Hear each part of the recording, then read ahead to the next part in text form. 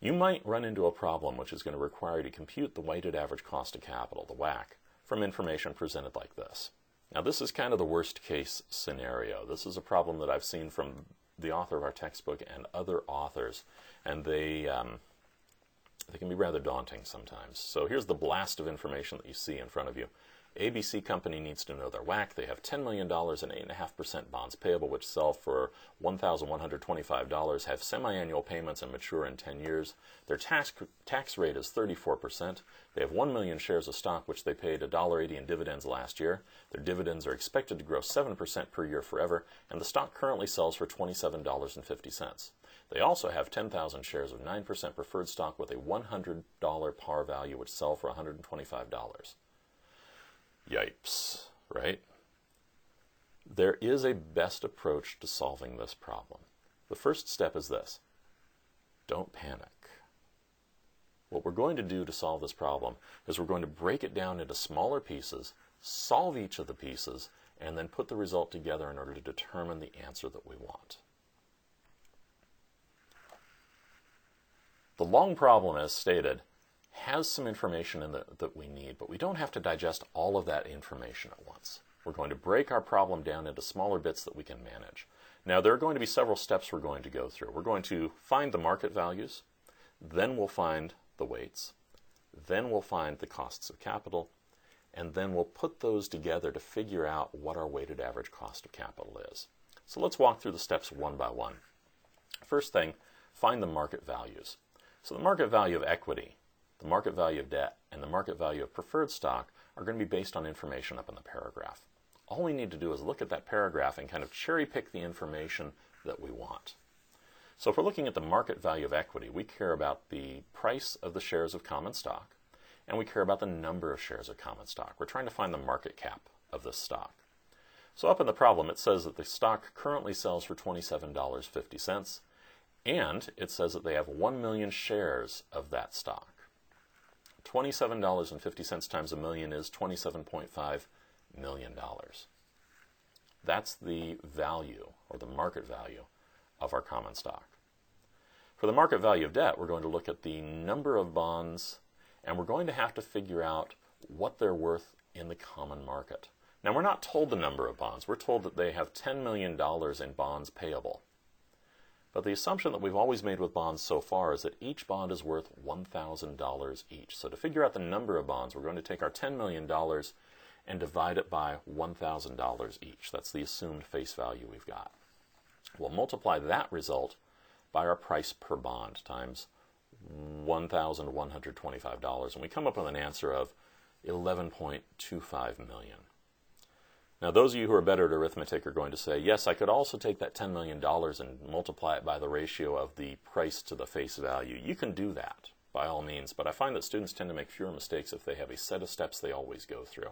I prefer that you take that extra step.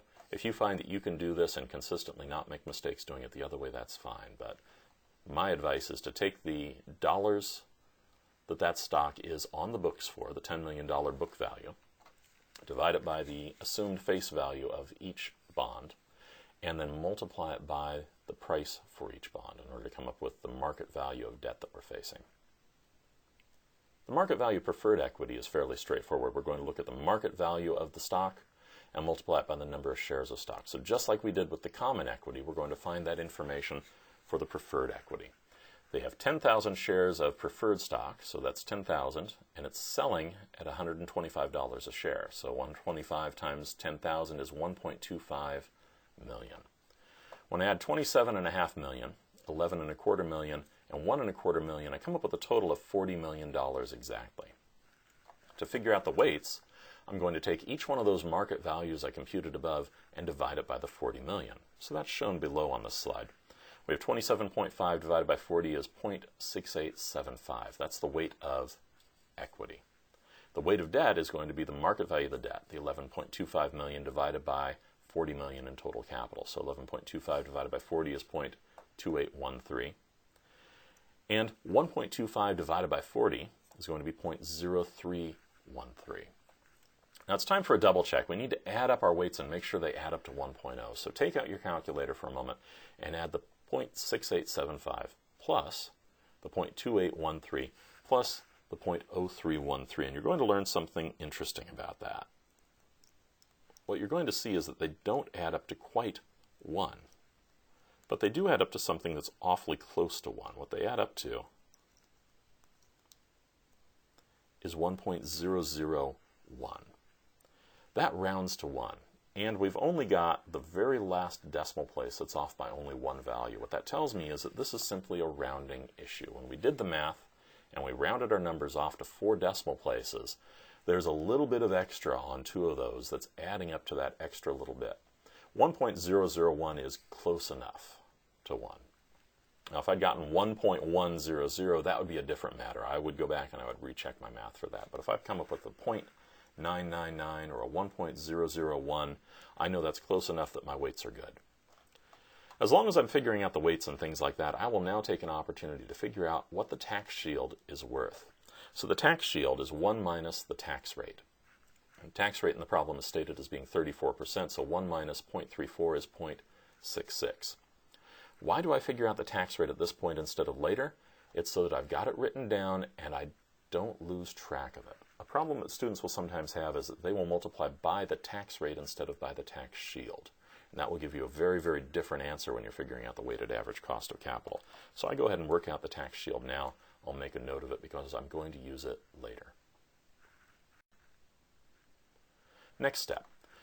We're going to find the different costs of capital. Let's start with the cost of debt. We're going to solve for the yield. So we're going to find I where n equals 20 semi-annual periods. The PV is negative 1125, or a cash outflow of 1,125. The face value is 1,000. The payment is our 8.5% times the face value divided by 2 periods per year. So it works out to be 4125. And when we solve for I, we get a result which is 3.38%.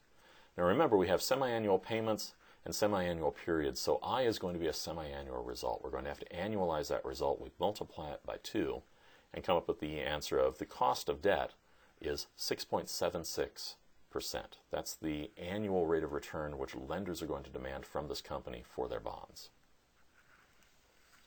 For the cost of common equity, we're going to use one of the 2 approaches. We're either going to use the dividend discount model or we're going to use the capital asset pricing model, and that's based on the data that we have available. So in this case, when I'm looking at the information around the common stock, I see that we have 1 million shares of stock. I see that there's a dividend stated from last year. I see there's a growth rate stated for the dividends, and I see a price for the stock. But I don't see anything about risk-free rates or government bonds or the return on the market, and I don't see beta. So that means I'm going to use the dividend discount model. So KE equals the expected dividend divided by the price, and then I'll add the growth. The expected dividend is going to be 7% larger than last year's dividend. $1.80 is what they paid last year. Dividends are expected to grow by 7%. So I'm going to take $1.80 and multiply it by 1.07 to grow it. I'll divide that by the price, which is $27.50, and then after I've done the division, I'm going to add 7% onto that. So I wind up with a grand total of 14% for my cost of equity. Investors in common equity are going to be asking for a 14% rate of return. For the cost of preferred equity, I'm going to simply find the rate of return on a non-growing perpetuity. So I'm going to look at my expected dividend. 9% of a $100 par value is a $9 dividend. So we've got our $9 dividend divided by our market price of $125, which gives us 7.2% for our cost of preferred equity.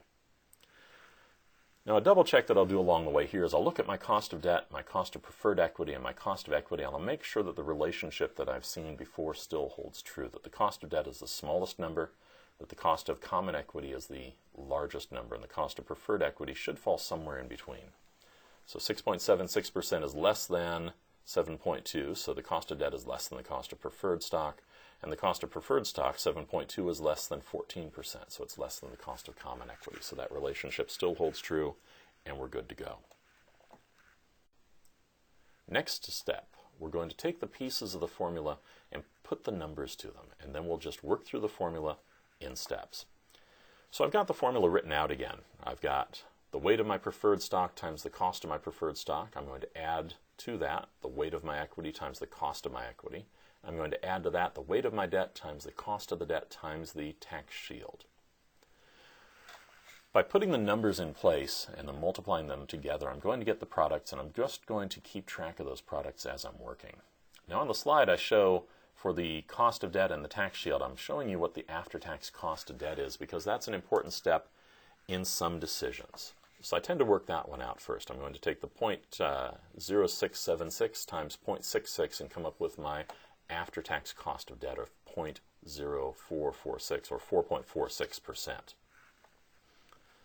After that, I'll take the weight of debt and multiply that by the cost of debt so that I've got that product.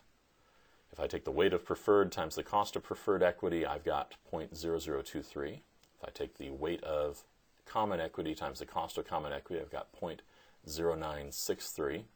If I take the weight of debt times the cost of debt times the tax shield, I'll wind up with 0.0126. When I add those together, I get 11.12%.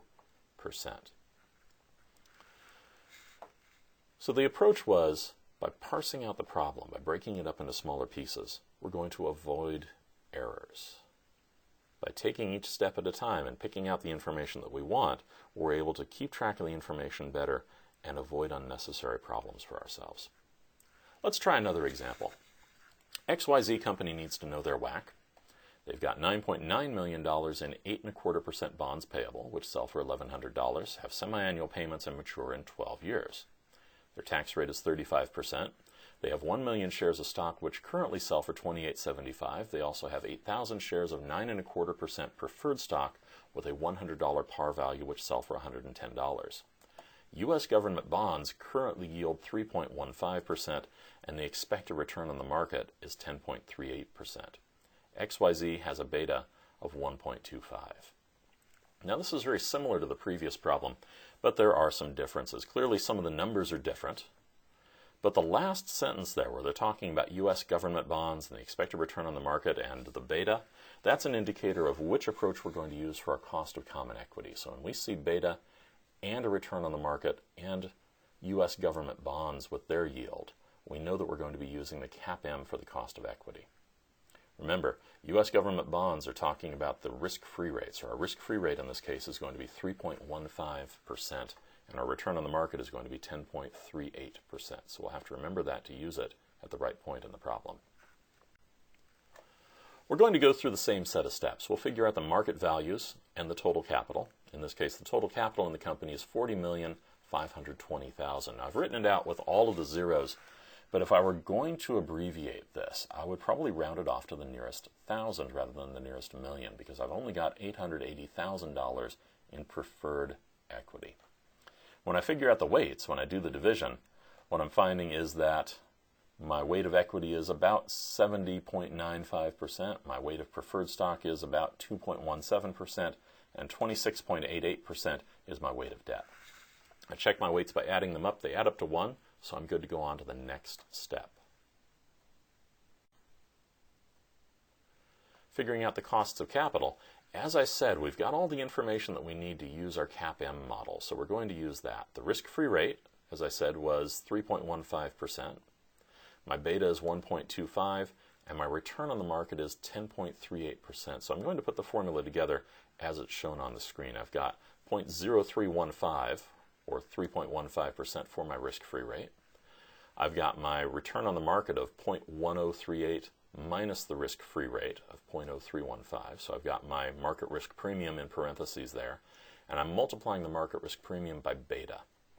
When I go through this, I'm going to multiply beta times the market risk premium and then add the risk-free rate onto it, and I should come up with 12.19% or 0.1219 is the result the formula is going to give me. So my cost of equity is going to be 12.19%. For the preferred stock, again, it's a pretty straightforward process. The dividend, in this case, was 9.25% preferred stock and a $100 par value. So we've got a dividend of $9.25 and a market price of $110. Doing the division, we come up with 8.41% for the cost of preferred equity. The cost of debt, once again, is simply a time value money computation. N is 24 semi-annual periods. The price is $1,100. That would be a cash outflow, so I put the minus sign in front of it. The face value is $1,000. The payment is $41.25 semi-annually. I is going to be a semi-annual number, 3.5021, so my yield to maturity is twice that, which is 7.0043%, which I'm going to simply round off to 7.00%. Taking those three costs of capital, looking at them and making sure that the relationship is still holding true, that my cost of equity is the largest and my cost of debt is the smallest, I'm going to then plug those into the formula like we did before. The weight of preferred times the cost of preferred equity is going to give me a product of 0.0018. My weight of common equity times the cost of common equity gives me a product of 0.0865. And my weight of debt times my cost of debt times the tax shield is going to give me a product of 0.0122. When I add them together, I come up with 10.05%.